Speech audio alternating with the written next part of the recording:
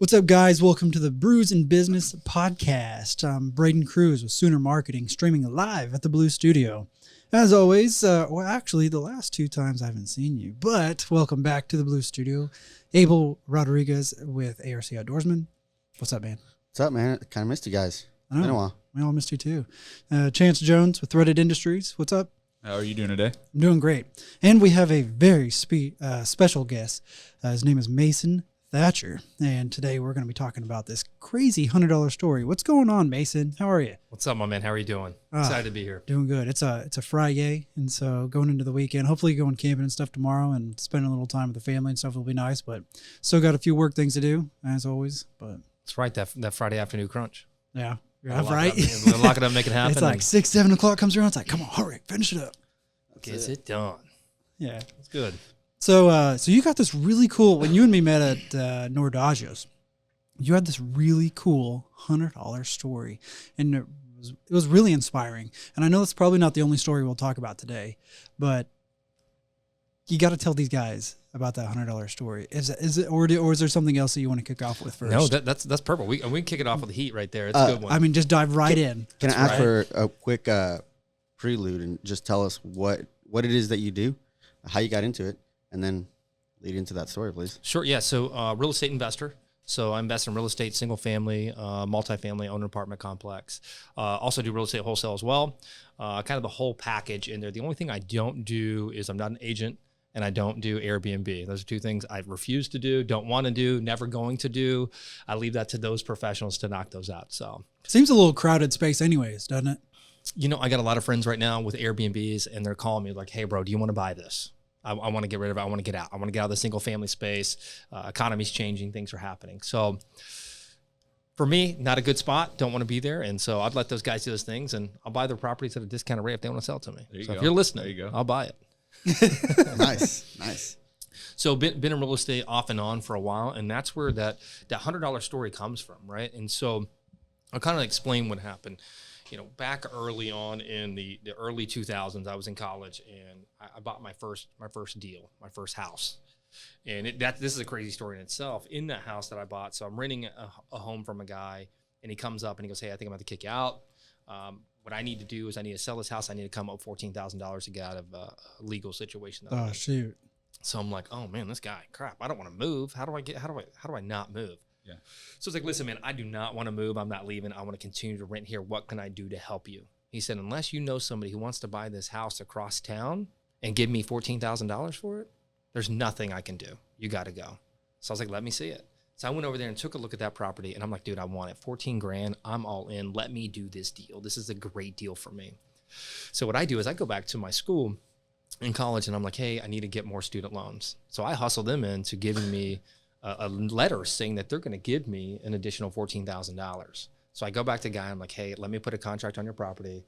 I got an extra $14,000 coming. He asked for proof of funds. I show him proof of funds from Northeastern State University. I'm like, hey, here's proof of funds that I'm going to be buying this house. He said, perfect. And so I put it on contract. I put it out for 45 days because that's how long it's going to take to get my loan. Right. During that time, I'm telling another buddy of mine about it. And his dad's there. His dad's like, oh, so you have a house here in Tahlequah and you're only paying 14 grand for it? I may be a player. Let me buy it. So I said, great, let me take you buy it. So we go buy it. He's like, hey, listen, I don't think you're getting it for 14, but let me give you a deal. I'll give you double the money for it. I was like, what? He goes, I'll give you double the money for it. If you buy it, I'll give you double the money. I was like, this is amazing, man. I'm about to make 14 grand. I mean, listen, I was working at Reese's, sacking groceries, bro. So like 14 grand was a lot of money. It's a big deal. You're like, gold. I was like, done. We're making it happen. Yeah. So that's kind of how I got started into it. And after that, I made that $14,000 from him. I did a contract. I called the title company, and I told them, I said, hey, listen, what's happening is I'm buying this property. Somebody else is buying it from me. And they said, oh, well, we do a thing called assignments. We can just assign that contract over to that person. So I never had to buy it. So I was able to cancel the student loans, do an assignment agreement, close on that deal, and I was able to get a $14,000 assignment. After that, I was hooked. I was like, all right, we're doing real estate. Like, I don't care. I'm quitting college. This is what we're doing.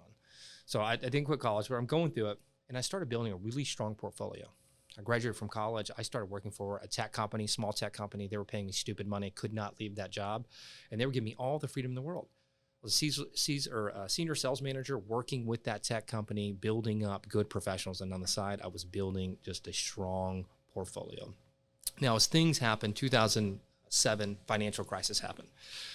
We've all heard about that. We know that that's been a little bit of a challenge for a lot of folks during that time. So as that happened, I started to get into a situation as well with banks. I was doing the right thing, but I was over leveraged. I was buying, a house on a golf course. I was, had expensive cars, started buying Rolexes, started doing the things that kids do right now on the gram to flex. Like, oh, I got a $40,000 Rolex. Stupid.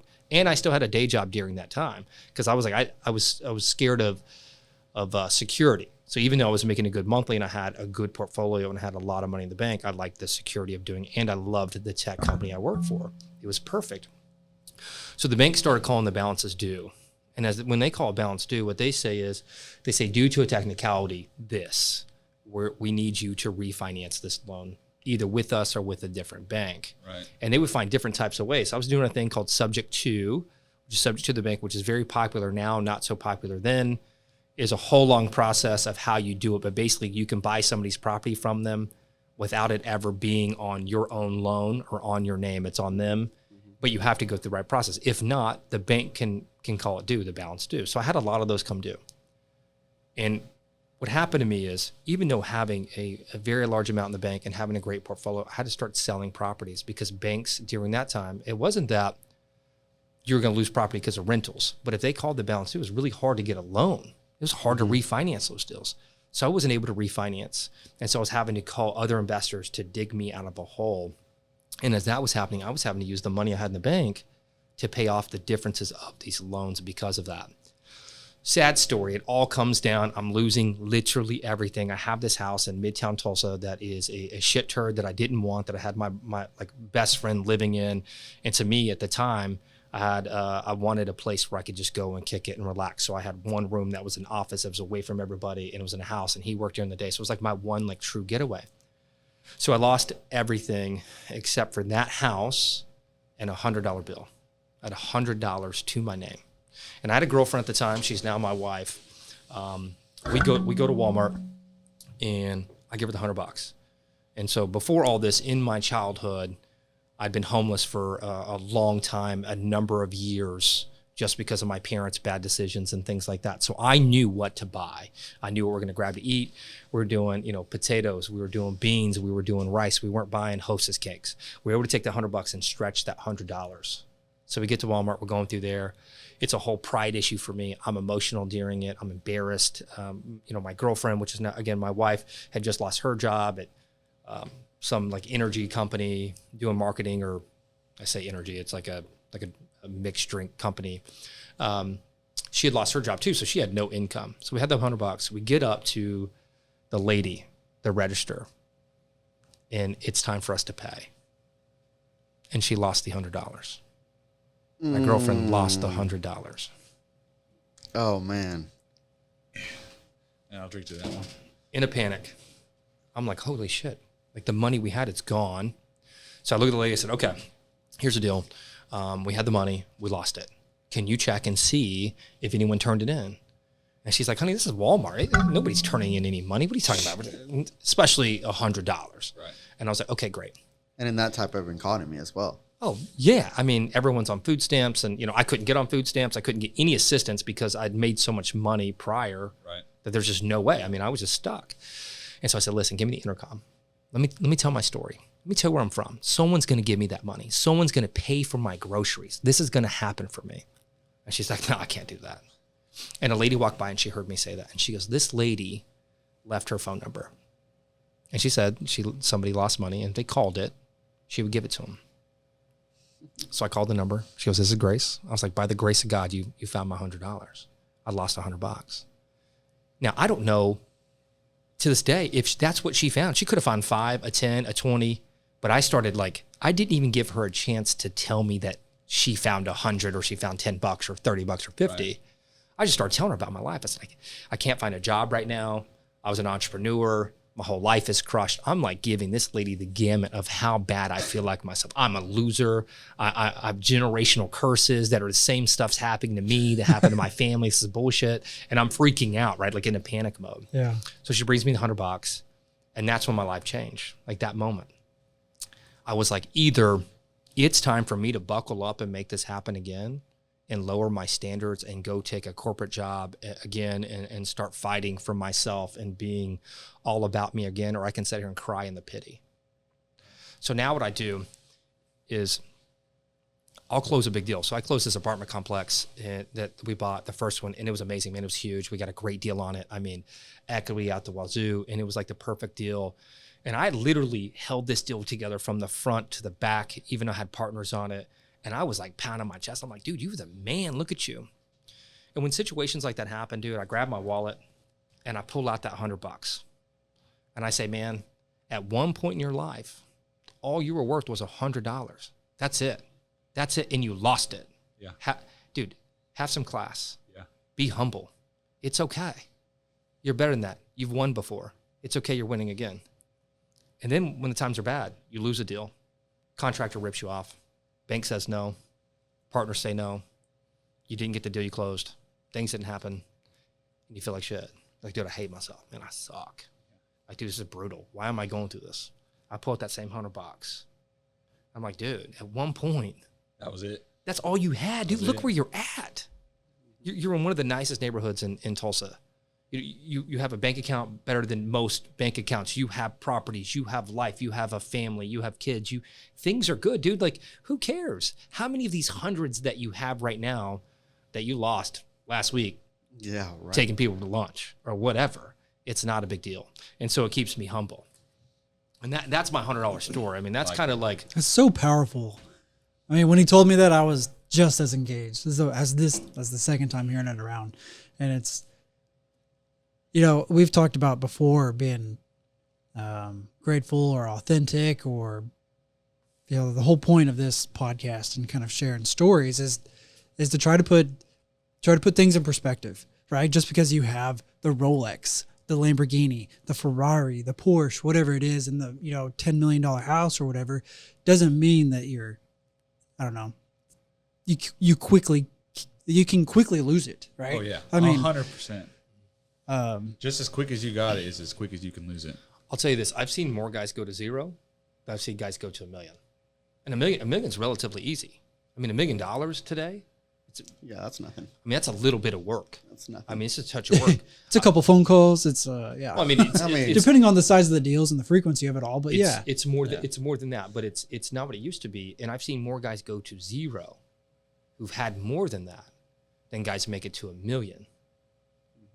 And that's the crazy thing. So what do you think separates the difference between the guys who go, you know, that slow growth to $1 million, right, versus what you see difference with the guys that lose it?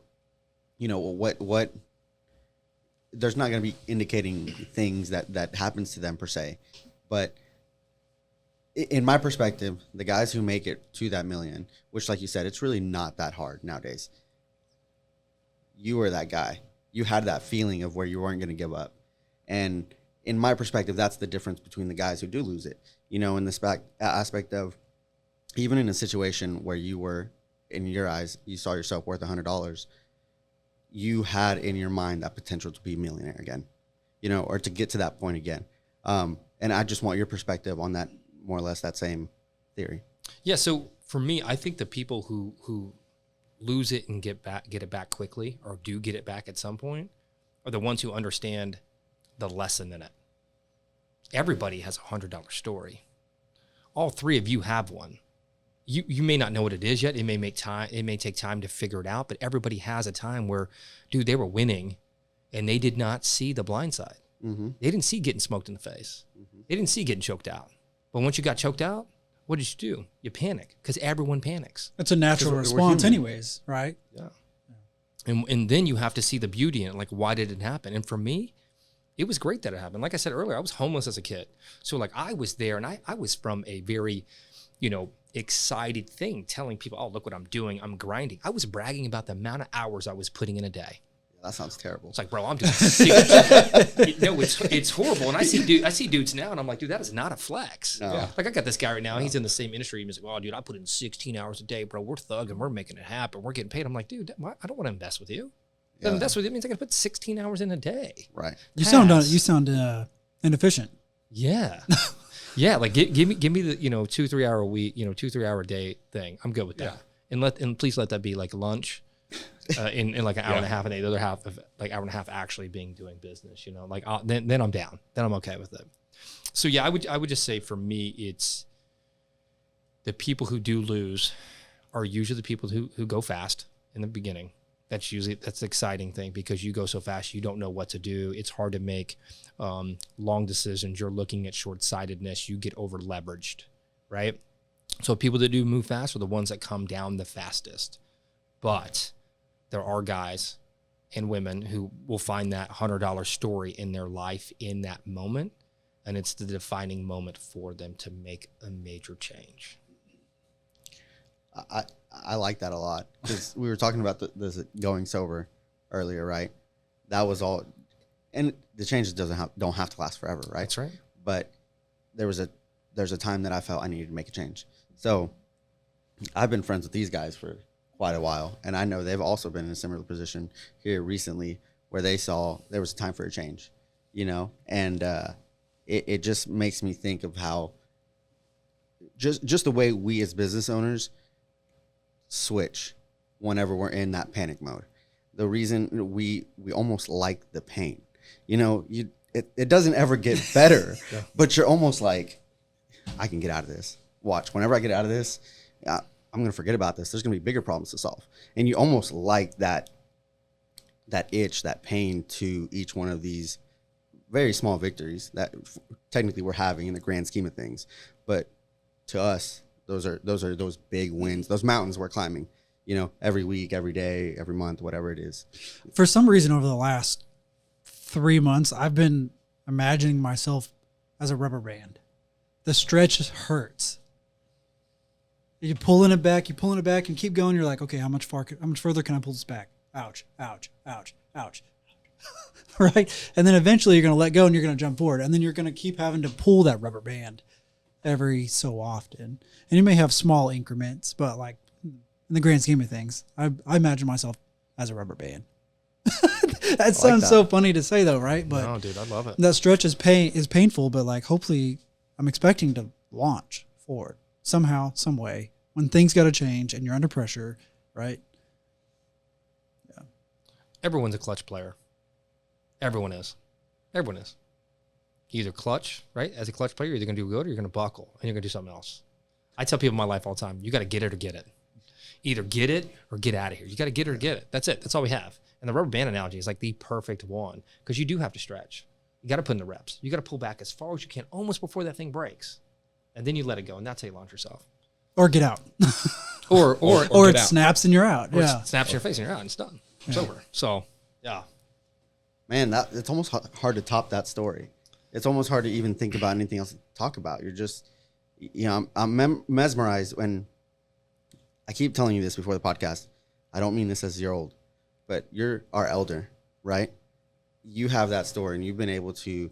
Your mind is a lot sharper than ours. Well, that goes to show just like what in 5 to 10 years with anybody that you meet, it doesn't have to be like what that kind of experience, that time, how fast things can move, and the kind of different experiences that you can have.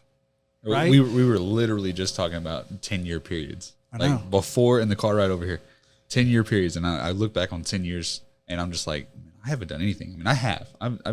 I've accomplished more in 26 years than a lot of people do in their entire lives. And I understand that. And I don't want to sound ungrateful or not humble, but I'm just like, I haven't done anything for the last 10 years. And I feel stagnant and it's on fire. Now I'm just like, I want to go out and go and go and go and go. And like you said, get it or get it. Yeah, that's it. I would definitely say that you have. I would go down and say 5 years. I mean, in retrospect of where you're at, I would say even less than that. Yep, honestly, because you're an entrepreneur and you have a business, so you got to think, what have I done in the last 6 months, right? Because what happens is we put these 5, 10, 15, 20-year goals. Well, dude, if you do a 5-year goal and you miss it, dude, you missed it by a mile. Exactly. By a mile. 100%. You didn't miss it by a couple. You didn't hit the goalpost. You missed it by a mile. So that's the challenge. We got to think in smaller increments. And instead of thinking an increment of time of a year, maybe think of a month or a couple weeks, and then set the goals for 2 weeks. Because once you make that first step, then it's easier to see your second step. and your third step and fourth, and then momentum starts to build, and then you don't have to scope out 5 years because what you thought would take 5 years only took a year and a half. Right. The old saying is you give a kid 30 days to clean up the room. It's going to take 29 and a half. That's right. Yeah. You give him a day, it's going to get done in a day. Exactly. So every goal that I have, and so I write down a to-do list literally every morning on a piece of paper like this of what I have to do. Now people are like, let me put that in your schedule, and that's fine. If you gotta use your Outlook or whatever to keep your life together, I'm okay with that. Mine's in the car. I'll look, okay, 15 minutes, I got to be here, right? And that's how I do. And I obviously use my Outlook too. But I'm sure you actually have, I got a meeting at, it's this one 6:30 on Tuesday or whatever. But I use that as a working document for me to be able to get through each day. And at the end of the day, I write down stuff like, dude, you killed this, you smashed this, you did okay with this. Do I have something left over? If I have something left over, I can't go to bed till it's done. Yeah. I got to knock it out. It's got to be done. And then I'll write down my to-do list for the next day.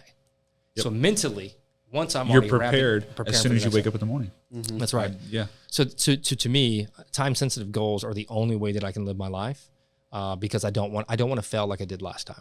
So do you think, I agree with you 100% because we've talked about the whole to-do list and how we manage our time, essentially is what we're doing, right? And it's funny because you have your own way of doing things, but again, it goes down to putting it on paper and sticking to it. And you can literally build your life if you just put it down on paper, right? That's right. But do you think, or how do you think you should work in conjunction with, I'm going to kind of jump back to what we were talking about 10 years earlier, right? And then you come to the conversation, you talk about 5-year goals or 5-year vision or whatever, right? And it's funny because I was thinking in the car, I was telling him how I'm getting a bunch of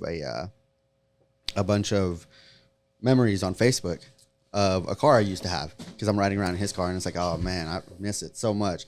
And if you look at it, it was all 5 years ago. All of those are 5 years ago memories.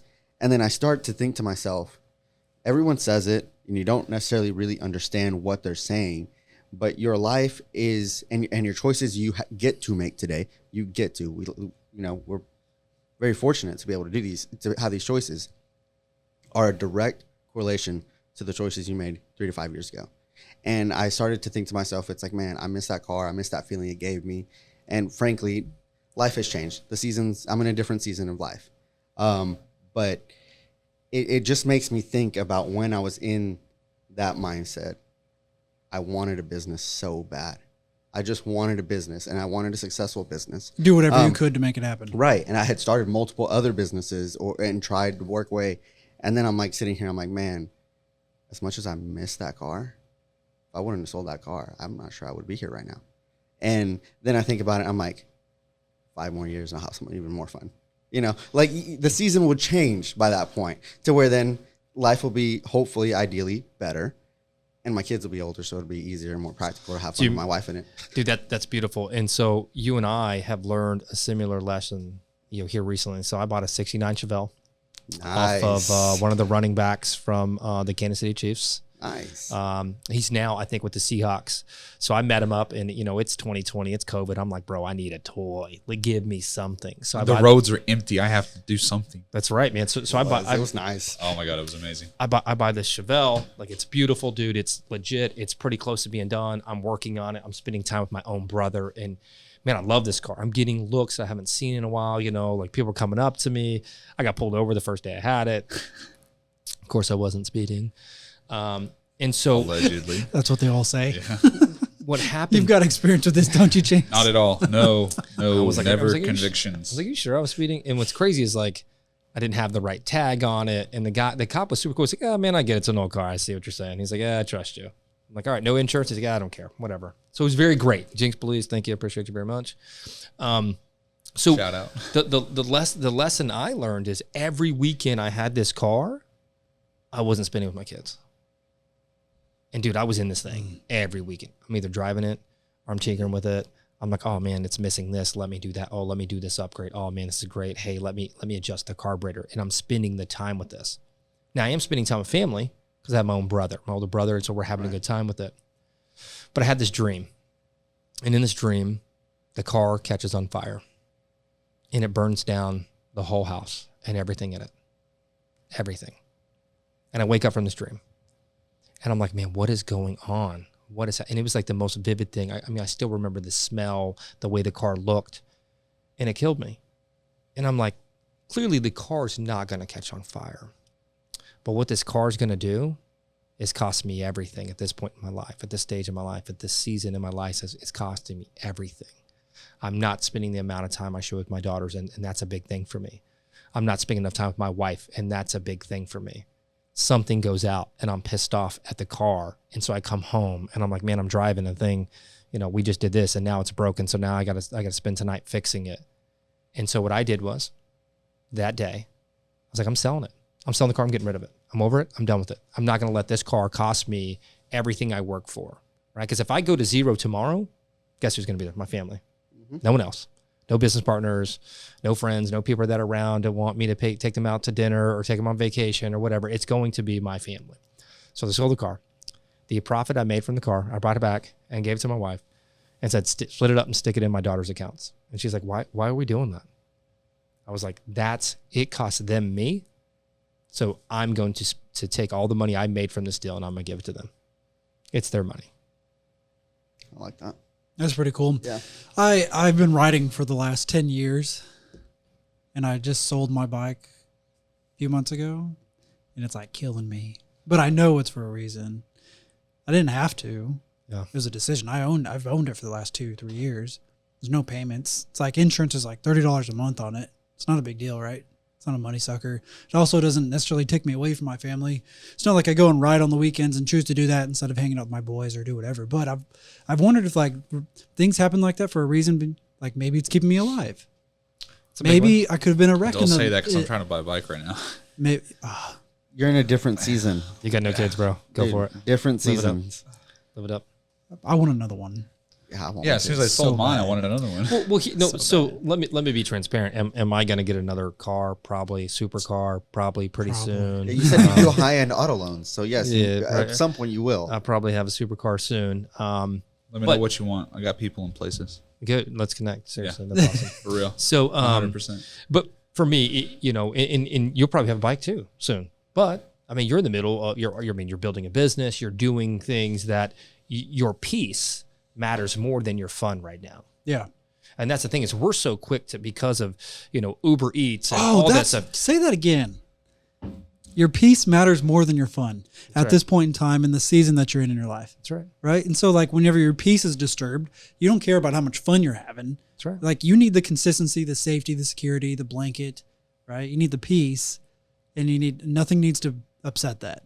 And once you have the peace, then you're okay with like going out and figuring out what fun toys or whatever you can explore and travel and right. Oh man, that's cool. I mean, just clicked. I like highlighting stuff like that. When people like make little things like I would say that, I'm like, oh, perfect. Because what I'll tell you is there's a lot of people I know that have toys, but they're not happy. Right. I mean, I got a buddy of mine that has the prettiest Lamborghini you've ever seen. And he's unhappy. He called me today and was like, hey bro, can you come drive his car around? I was like, why? He's like, I'm not getting enjoyment out. I need someone to get enjoyment out of it. And I'm like, no, it's yours. You bought it. That's a decision you want to make. You need to find a way to be happy. And so for me, peace is more important than money. Because there was a time where I had money and no peace. Right. And there was a time when I had no money and no peace, and that sucked more than anything. That was living in the shit that you were talking about earlier. That's right. The mental state. Dude, that's having $100, going to the grocery store and losing it and then getting it. And then shortly after that, my wife had to sell, which my girlfriend at the time, had to sell the rims on her car for us to live another week. Oh yeah. Like that's, to me, that's crazy. Right? And so for me, I need peace more than I need toys. And so that's what you're at right now. And you have a toy. You have something new and shiny. You have this business that you're running, that you're getting up and going, and you're trying to make the right connections with the right people.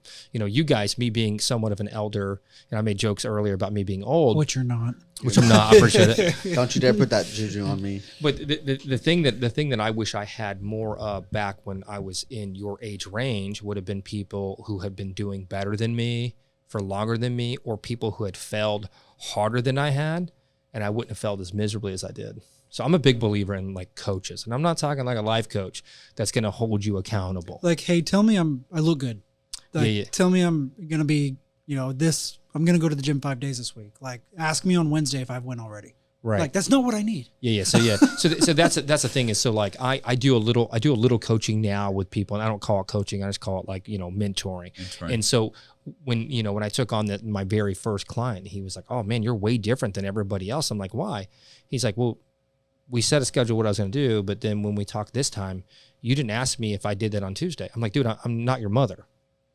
Not your babysitter. If you didn't do it, guess what? We're moving from step 1 to step 2. Yeah. You can't accomplish step 2. I'm going to know right now today that you didn't do it because the next step is here. It's easy. And then I'm done with you. Because see, it's like, I don't need your money. Right. I'm actually trying to mentor you to do well. And so I think we all need people in our life who actually care about us. Yep. And when you have a life coach, a mentor, someone like that fire you because you didn't hold your own self accountable, that's when you know, like, oh, shit. Maybe I should do a little self-checking here. I should do something first. Yeah. Right. And so obviously Instagram and Facebook and all social has got people who have never done a deal telling you how to do a deal in all different aspects of life. They're like, hey, I'll do the deal for you. Yeah. Yeah. Just pay me the $1,000 real quick. Yeah. Like all the FBA stuff. Yeah. Right. It's like, you'll give me $50K and I'll get your business going. And so it's like, great. How much am I make? Oh, you may make up to $10,000 a month. And then it takes you 5 years to get there. And then it's not as great. And they don't have a store. Right. So I'm a big believer in having the right people around you who can help you, even if they're not in your industry, to teach you the things that you may not know. So I think that's a great point you bring up, because here lately, Brett and I have started to build a pretty good relationship. This guy started coming around a little bit more too. And it's busy, been fun man. Come on now. because you've missed the last 2 weeks. okay, I mean, because of family. I mean, in because the of last family. 6 It's months totally to a fine. year. You're good. I'm just playing. Just giving you a hard time. Hey man, it's cool. Family It stuff is- matters. That's okay. dude. Family matters, and they're my piece, right? There you go. I can always appreciate that about him. He's a real big family guy. When it comes to love that. work family or his own family. yeah, Yeah. it's Dude, I love that. That's family. big. It's my people. But like I said, going back to that is, I feel like what I've started to notice between us is we have started to, and you brought that up again as you're our elder, and here lately it seems we are trying to do that more, and it's interesting because you meet different people, and frankly you meet people you don't necessarily click with, and that's okay, because we were talking about that too before we went live. But the reality of you get connected with the right people, and the right people care about you even if they're not in your industry. Ray and I have crazily gotten connected on business and on life here recently, and our industries don't collide like at all. It's completely different industries, but when it comes down to it, it's the same want for each other of, hey, we want to succeed, and it's different stages of our lives, different stages of our businesses, and completely different industries as well. But when you think about it in the grand scheme of things, we all check up on each other, and it's nice to be able to feed back off of somebody, because you came in, again, with sometimes you got to live in the shit, and it's great to have someone that's going to just and tell you that hey man, we're just in that season right now. You'll be all right. You'll get past it. Because as young guys, as you said in the beginning, you start thinking down on yourself whenever things don't work out the way you want them to. But again, that's just part of the season. Something's going to change at some point, because you have that full-hearted belief that at some point something will change, whatever it is, and I like that you made the point of you got to associate with people bigger, better than you, in both the failures and the wins. My mom used to always say, what is it? Show me your friends and I'll show you who you are. And I hated tell me that. who you're with and I'll tell you who you are. Yes. And I hated that. I was like, you don't know this. Again, I'm sure we all said that, right? As That's teenagers. funny. Your mom's smart. Right. Well, now that I'm older, I'm like, she's on the money right there.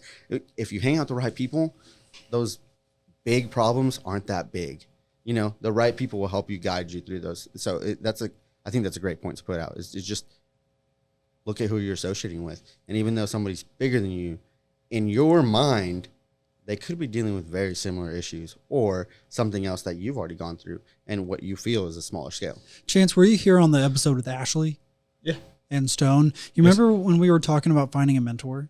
Yes. And trying to figure out how to do that? Did you feel like that you got to a conclusion on that answer? Kind of. Because like going to networking events and handing out what are the most common networking events are, hey, do you have any leads for me? Hey, how many leads did you bring to the networking? Hey, how many referrals did you get? Hey, did you just stuff your business card here? How many business cards did you bring and stuff out? Like put it here, put them there. But like networking, like, and I've said this time and time again, mingling, creating relationships with people. Like I met Sebastian through a speed networking deal. Have you ever done that? No. Okay. It's kind of cool. So like, let's say you move from one seat to the next and so on and so forth. You guys stay where you're at, right? I wanted speed dating. So I loved it. So it's basically speed dating, but for business. And so you've got like 60 seconds or 2 minutes or something like that. And so Sebastian was the only guy that like the only person, guy or girl, whatever, that I actually was like, oh, cool. Like we connected, like we could like do business or make a friendship or whatever out of it. But that was worth it. So long as I go to an event that's similar to that and I can create a connection with somebody and carry on a relationship, then cool, it was worth it. Outside of that, I'm sorry, I'm just not going to pass out my business card everywhere because it's going to wind up in a pile or in the trash can. And bringing leads and referrals, if I got to bring 10 leads or 10 referrals to someone, it almost feels like a second job. And we've talked about this with like BNI and stuff. And more power to like a lot of those groups that they work well together. And maybe it's just the way that I've worked them in the past and just my personal experience. And I'm always open to like trying stuff again. But so where do you find? And you'll probably pitch on this, and I know you're itching. I can see it. He's like, I can't wait to pitch in on this one. I'm ready for it. I'm just waiting over here. So where do you find good people to make good relationships with, or where can you find somebody, and how do you go about that to like, hey, I want to do this. I don't need you to like spoon feed it, but I just need someone to talk to and be like, I remember, try this. So you asking me directly, or are you asking Mason to answer first?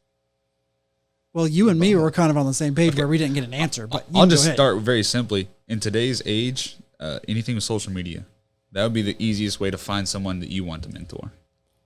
Because even if you don't have any access to anyone locally, you can just search on TikTok, search on YouTube, find somebody, spend 3 hours instead of watching some crap on Netflix. Spend 3 hours trying to find somebody that you enjoy to watch and listen to on YouTube or TikTok or Netflix, or not Netflix, but whatever. Yeah. But find someone who you can genuinely interact with. Like you said, you only built one connection out of a speed dating round for business. Then you put more eggs into that basket. Find someone that you click with and then go after that. That would be my easiest way to suggest to everybody. But Mason, do you have any? I think that's good. I have a couple things for you. Yes. So, well, talking about these events, I stopped going to them. The reason why I stopped going to them is I kept getting drowned.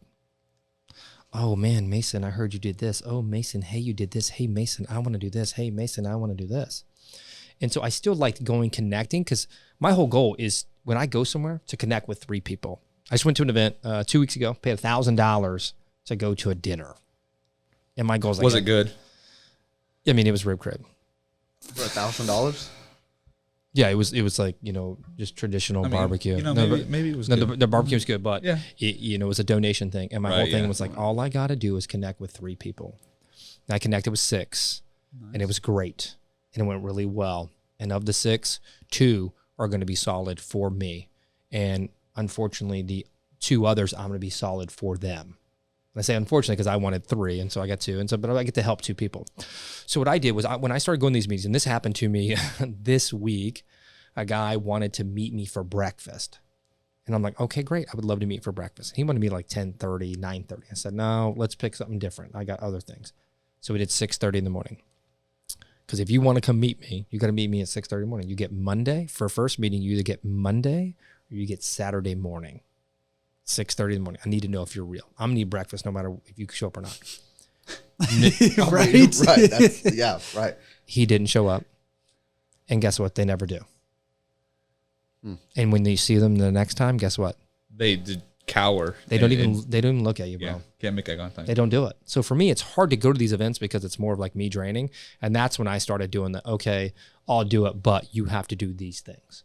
So I started giving people homework, and there's a lot of things I'm doing for people. So if you meet someone and they give you homework, that guy's probably the real deal. Right. So there's that. So I think that's big. I'm a big believer in meeting people through people. And I think that's the bigger thing. It's a better warm introduction. I met with a guy this week who's got like 2 million followers on Instagram. Can't say his name over here, but he flew in to meet with me through another connection. And the whole time I was like, man, why is this guy sitting here talking to me? And I didn't have to pay him. So I was super pumped. Yeah. But it's not that I don't know if him and I align very well. Super nice guy. I don't know if we align very well. I don't know if he'll be in my ecosystem. Right. But it's very cool to have the couple hours to spend with him. So through that, I met him through somebody else. And so I like doing that. Now the challenge, I really do like the idea of Instagram, social media, TikTok. The challenge is, how do you know if that person's real or not? It would kind of go back on the leap of faith. And then hopefully if you're going to watch someone for 3 hours, you have a little bit of knowledge like, okay, maybe this guy's kind of bullshit. And I've heard this from someone else. Or, you know, if it sounds more authentic and more genuine, you can kind of get a read on people. You know. Yeah, so finding a mentor, and I was actually having this conversation like a year ago. Finding a mentor, someone to have around you, is a very hard thing. You're basically asking a full-grown man to date you and to spend time with you. Yeah, his quality time. I mean, you're like, is this? Because one, he has to be smarter. He or she, let's say you find a female, they have to be smarter than you. Not in your business, just in the aspect of life and business. In fact, I would say, you know, a lot of times you want them almost outside of your business because they see something different than you don't see. Right. 2, you have to vibe with them. You have to be okay spending a couple hours. 3, you have to be okay with them offending you. Mm-hmm. That's a big one. And that's the huge, like, being vulnerable, and being accepting to constructive criticism, and then knowing what to do with it. Because it's not going to feel constructive when they call him like, dude, why are you doing that? That is the dumbest thing I've ever heard of. Why would you do that? Or not even constructive. Fair enough. Yeah. Because at times honesty doesn't have to be polite. Yeah, you need it. At least my personality is like, you need it. Yeah. Like I would rather have someone kind of yell at me a little bit. I'm like, dude, let's action. I would too. Yeah. So there's a couple different type of coaches out there, right? And life coaches and things like that, however you want to call it. Some are going to ask you questions. Well, why? And they're very stoic. Well, why would you do that? Well, how does that make you feel? And you have to decide, do you like that? Or do you like the guy going, okay, you did this, this, and this. I'm going to ask you why here in a minute, but here's why you should do it this way. Right. Why didn't you do it that way the first time? Tell me why you didn't. Yeah. Why didn't you cut your cost here? Why didn't you fire this employee here? Why didn't you do that? Right. And so, you know, when you really start to find the right person, they should really want to be all about you and your personal life. If they don't ask you who the top 5 people, your toxic people in your life are, then I wouldn't hire them. I wouldn't spend time with them. I wouldn't take any, because that's what matters. We talked about peace earlier, right? And you talked about what your mom said about being around the right people. That's true. I tell people all the time when I meet them, hey, let's talk about 15 people in your life, and they name them off. And then I start asking questions about every one of them. And then I find out who I think is a turd in the group. And I'm like, well, he's got to cut this guy. Yeah. He's got to stop talking to his mom. Yeah. His dad is super toxic. Yeah. His brother's like super controlling and wants to do better than him. And they have this pissing contest of who's better. They got to do something. And then I tell him, if you could pick 5 people out of this group of 15 that you didn't spend any more time with, who would it be? And they never want to pick. Or they pick the wrong people, and then you have to ask them why. But at the very end, you get down to almost the same 5 people. Now, sometimes something else may come up where there's some trauma there they didn't tell you about. But then you have to tell them, okay, moving forward for the next 90 days, don't talk to them. They text you, I'm busy. My schedule's booked. What have you. Stay away from it. And then let's talk. And then we're going to move on to something completely different. That conversation's done. Man, I'm going to trust that you did it. That's got to be wild to experience that. It is. Like, because you again, you don't notice it until you've actually gone through the 90 days of not talking to those 5, 10 people or whatever it is. And then you look back and you're probably like, I feel it. I see it. There's something's changed in the wind. You can feel the energy as soon as they walk in the room after that point. Yeah. You're just like, that's right. Sometimes that's why we stopped talking. Sometimes it's not following them on social anymore. Maybe you know someone who's a liar, they front, all that stuff. And it just drives your heart and soul crazy to see that person doing and saying what they're doing all the time. And as soon as you hit the block or unfollow button, like, 2 weeks later, you're like, dude, I have not been pissed in 2 weeks. Having a good week this week. This is great. I got rid of almost all my Facebook friends, except for like 112. That's all the people on Facebook. Outside of that, like pretty much my TikTok and Instagram, you can follow me there. And anything I post there, I'm okay with the world seeing. Yeah. So for me, Facebook, I've recently started adding a lot more people on Facebook. I spend a lot of time like showing pictures of my daughters because the world is super creepy. I don't show them on Instagram because my Instagram is fully open. And that's usually where like I talk about business and real estate and you know, I eat barbecue and I talk about barbecue all the time. So there's some crazy stuff. He's like, when are we gonna get barbecue? That's all I want to know. well, Bro, when let's am go I? next week. When Okay, let's I've go. got, Too, for sure. Yeah. I've got a brisket, like a big one, in my freezer. So the real question is, when am I going to smoke this son of a bitch, and when are we going to make some sandwiches? Well, that's you like live on tedious, Riverside, so that's you a can tedious. still smoke it for 6 hours. It's Leave at frozen. 10 o'clock. Yeah. Well, it's frozen, so I'll thaw it till midnight, and then I'll smoke it till 6 a.m. and we'll eat it for breakfast. We'll make. I'll Have be you ever there made 6:30. brisket and eggs? Dude, if you're doing brisket breakfast tacos, I'm in. Shoot, with like some You're gonna have to cut a sriracha podcast sauce.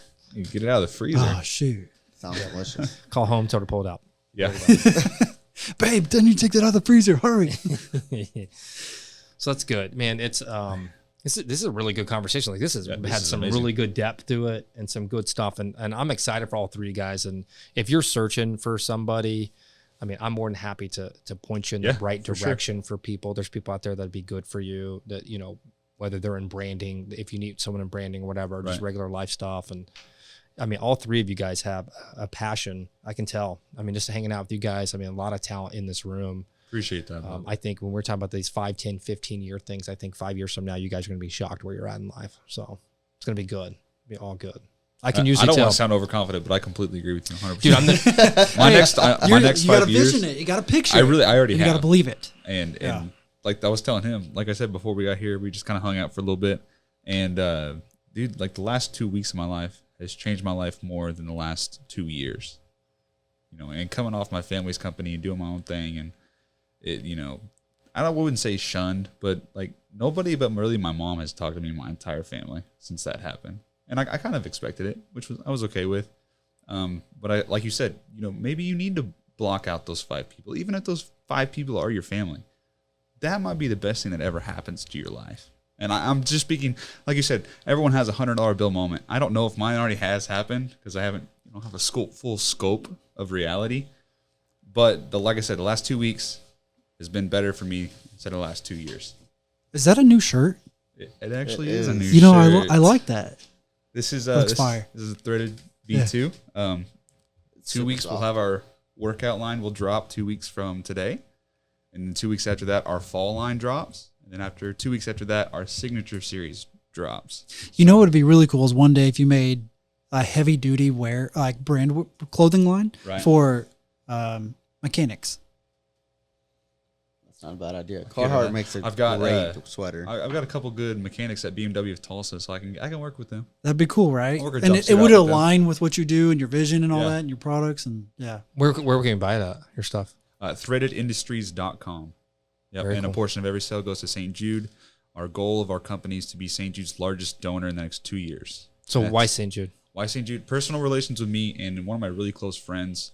His son was diagnosed at 4 months, and he turns 8 this year, so hasn't had to pay a dime.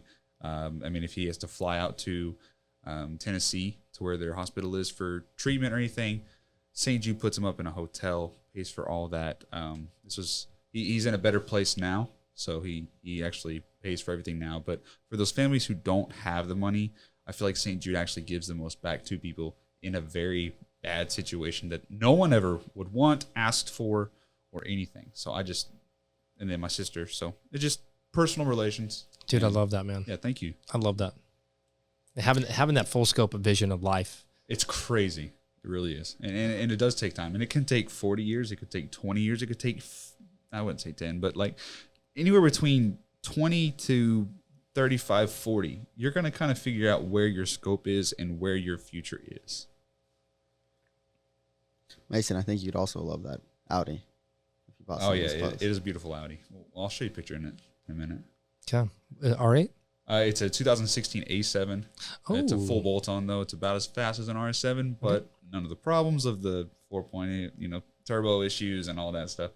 Very, very beautiful car. Very beautiful legit. car. I've got to see pictures of this thing, Yeah. so that's awesome. Is it a twin turboed It's supercharged. or supercharged? Yeah, yeah, Stage yeah. 2 kit Yeah, stuff. Stage 2 like- Plus. So There it's you go. got, intake, throttle body, heat exchanger, exhaust. It's got everything done to it. It's a bad boy. That's so freaking Nice. cool. Full custom paint, carbon everywhere. So that's so crazy. So like I love like sports cars, and then Right. like a daily driver. I've been driving Hyundais. I daily the Forever. Porsche, so Yeah, I mean, I don't do that, but yeah, because I get dents and dings and like all that crazy stuff. And also, like when you're a real estate investor, you go up to someone who's like selling a property, show up in a Porsche, like, yeah, I need $17 million for this. Yeah. You're like, dude, the house is $37,000. you Okay. kind of need to figure out where you need to present yourself to anyone. You pull up in It's a like, lawn bro, show, though, they that's still think literally you're what Yeah. it said. Oh, that's what I was about to say. Is like you're gonna pull up in a Elantra, and they're still gonna be like, "Oh, well, this guy's got an Elantra." It's kind of, it looks new, it's nice, it's clean. It's nice. Yeah, he probably has money. There's only a couple dents.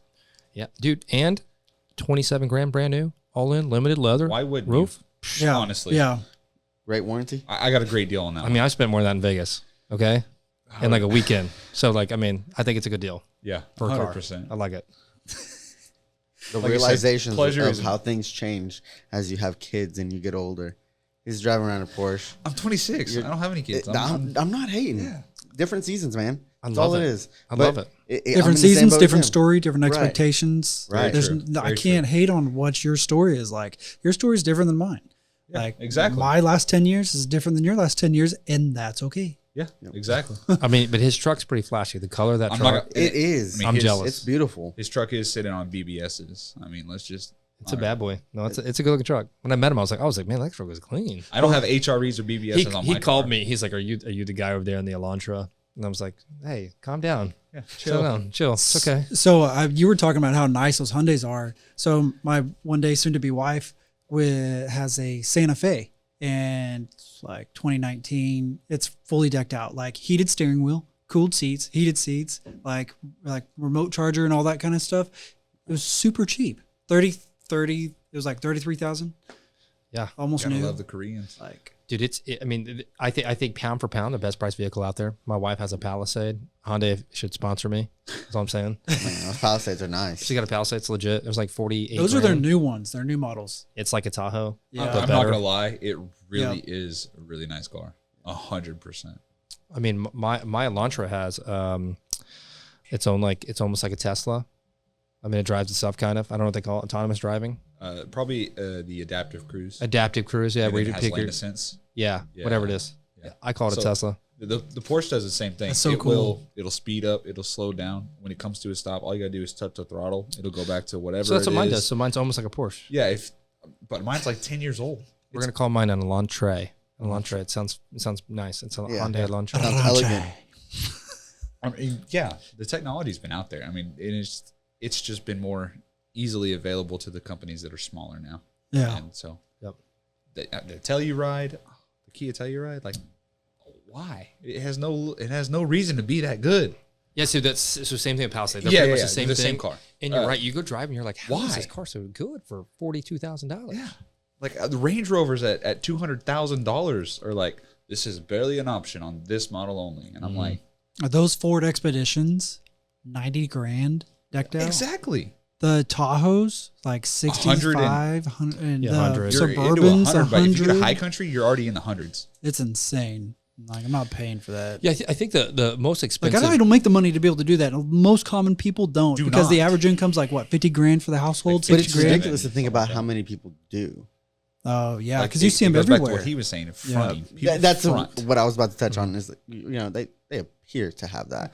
I do drive a Porsche. It was also extremely cheap because it's been in my family since like brand new. You know, I got pretty much what he owed on it is Right. what I paid for the car. Right. 36,000 miles, $36,000, February 2020. It's a great deal. Oh my God! Like, why wouldn't I? I had a 2020 wide body. It's kind of fronting on that one because the payments in the Porsche are cheaper than but cheaper than the Charger. A 2020 Charger, and I'm paying almost double what I paid for the Porsche a month. Right. Wide body's legit though. Thank you. So- It was amazing. I loved it. But a lot of people are buying this stuff for a persona.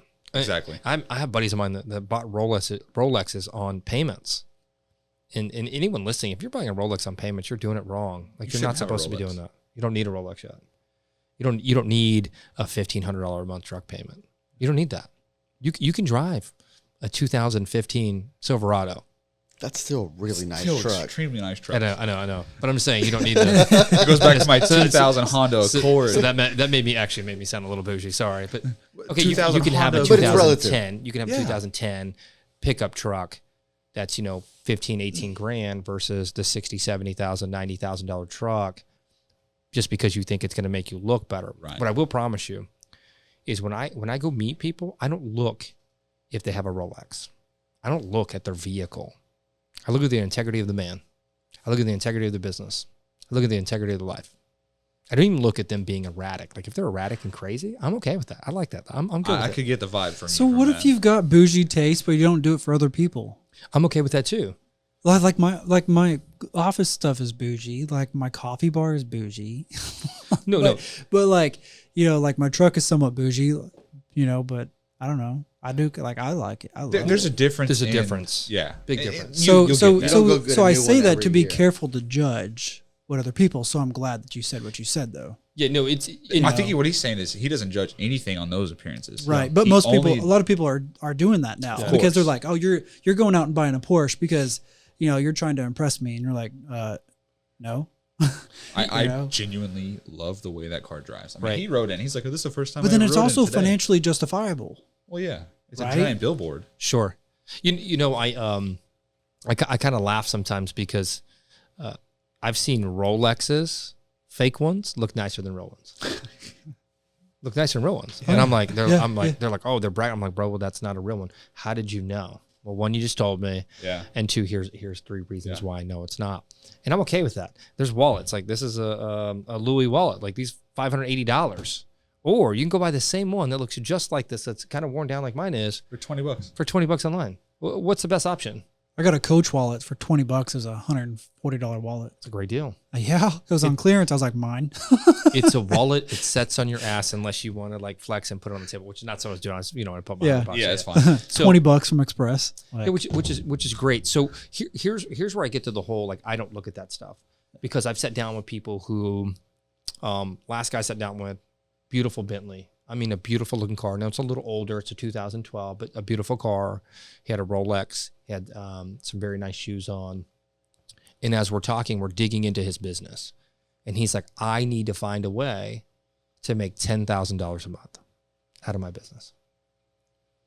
And I was like, you need to sell your car. You need to sell your watch and put those shoes. There's 3 companies you can put those shoes online. You need to sell those shoes. Why? You need the money for marketing. You need to start spending money on marketing. Well, why would I do that, man? You're making $4,700 a month. You're not $6,000 a month, and you're trying to get to 10. You need to eliminate so that you can find out what is your cost per lead. Didn't know any of his KPIs, like none of them. And I'm like, bro, what are we doing? Comes in looking like $1 million. And you know what he said to me, which is hilarious? He goes, well, man, why would I should trust you? You don't have a Rolex. Look at your shoes. Didn't you pull up in a Hyundai? And I started laughing. And I was like, okay, I want you to pull up your bank account and I'm going to pull up mine and we're going to look at them together. And we did. And then I started teaching him how to run his business.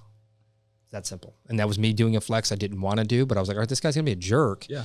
Go to my Instagram. real measure quick. up, yo. Yeah. We can play Big Bank, Little Bank all the Pull it time you out. want, bro.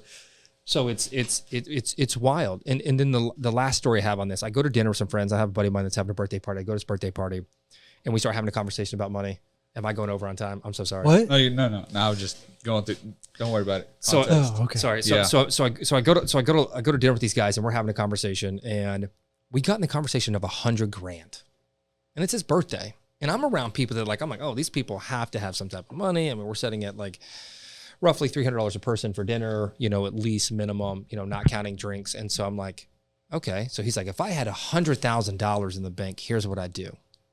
So he tells a story and I'm like, okay, this is not good. This is not going the right place. It goes to the next person. And like everybody went around the room of what they do with $100,000. And I stopped and I was like, it got to me. I was like, I'm going to ask everybody a question. Does anyone have $100,000 in the bank? And they were like, well, no. I mean, that's why we want to do this and this. And I was like, I want every one of you guys to reflect on what you said if you had $100,000. You talked about buying boats. You talked about buying cars. You talked about vacations. You talked about watches. You know what you didn't talk about? Investing more. in yourself, making more, letting that money ride. And I'm actually shocked that none of you have $100,000, and I'm confused by it. they all look the part to have at least $100,000. I mean, I thought I was in the presence of a little bit more than that. And I mean, some of them were making great money per month. I mean, I knew 3 of them personally were making, $25,000 to $35,000 a month and didn't have $100,000 in the bank. Now, business or personal? Like, was that their money? That they were making themselves was yes. personal. Yes, they were going through that amount of money. And I'm like, bro, you got 4 months worth of money that, I mean, and you're done. You're done. That's literally. it. So it's just crazy to say that, like, that's why I don't judge people on that.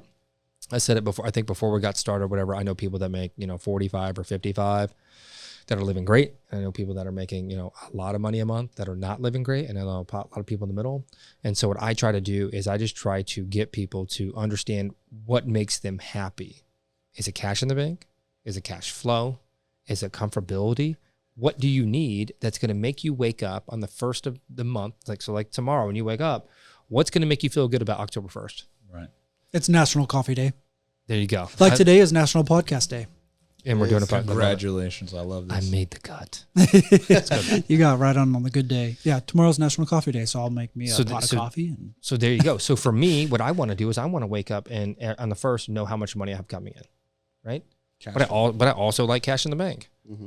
And you're going to hear so many different people talk about, oh, you shouldn't have cash in the bank because of inflation. I don't disagree, but you need some cash in the bank to make a decision. You need liquid. You're starting to realize that now. Yeah, liquid is huge, especially right now as the economy's starting to change and rates are starting to shift. I started to sell properties and do things and hold cash. Everything right now, which is such a great thing because you're going to come up on an opportunity that you're going to be able to get clearly because somebody else can't because they're too over leveraged. Mm-hmm. Mm-hmm. I believe in leverage. I mean, most of my assets are leveraged so that I can make that delta, the difference on it. But I have to have cash to make the right decision when things happen. Right. And so I try to, when I work with people, when I meet people, is try to find out where they're at and quote unquote meet them where they're at. And then be like, okay, what is really your goal? And if it's this, then let's sell the watch. I've told guys, sell watch. I told a guy on Monday, I said, sell your watches. He had 2 watches. I said, sell your watches. He said, well, I don't really want to buy them. I said, I'll make a phone call. Give me pictures. I took pictures, sent them over, made a call, said, boom, here he is. And guess what? I'm not going to charge you a brokering fee for him to buy your watch. He's going to bring you cash. I said, then you're going to take this money and you're going to put it here, here, and here, right? And for marketing and things like that, because he already knew his KPIs a little bit. And he said, I can't do it. I can't do it. I can't let go of them. I don't want to do it. I said, all right, well, your business is going to suffer and you're going to suffer and you're going to slow down. And it's going to take you 10 years to get done what you can get done in 8 months. Short-term sacrifice, long-term gain. That's nothing new. No. But we talked about that multiple times. Mm-hmm. It's hard to do it when it's in your face, though. And when it's yours. And when it's yours. And when you like it and it looks cool. Like, do you think I want to fast for 36 hours? I kind of screwed it up. I do. I think you. You know what? Do you know why? I think you do because you got a goal for it. 100%. Because you want that 6-pack. I want to be in Europe and I want to be shirtless, taking pictures with my 6-pack. That's what I want. So I'm gonna make the sacrifices now. I want it bad enough. Yeah, I want it bad enough. I love it. I love it. 2.5 years ago, I was 265 pounds. I don't mean to rush everybody. I got to get out of here soon. Oh, yeah. So, sorry. Let's go ahead and come up on some wrap-up thoughts. Chance, you want to start? What's you got one thought? One thought. Come back to me because I actually want this one to be kind of like Abel? I want it to be nice. Man, yeah. Frankly, I like how throughout this whole podcast, we talked about 100 things. My show notes are ridiculous here, but it all came down to one thing: integrity. Having integrity within just your life. Whether you were at rock bottom or whether you're at where you are right now or where you were before prior to the crash. That integrity, if anything, it got stronger. As you got older, as you went through these failures.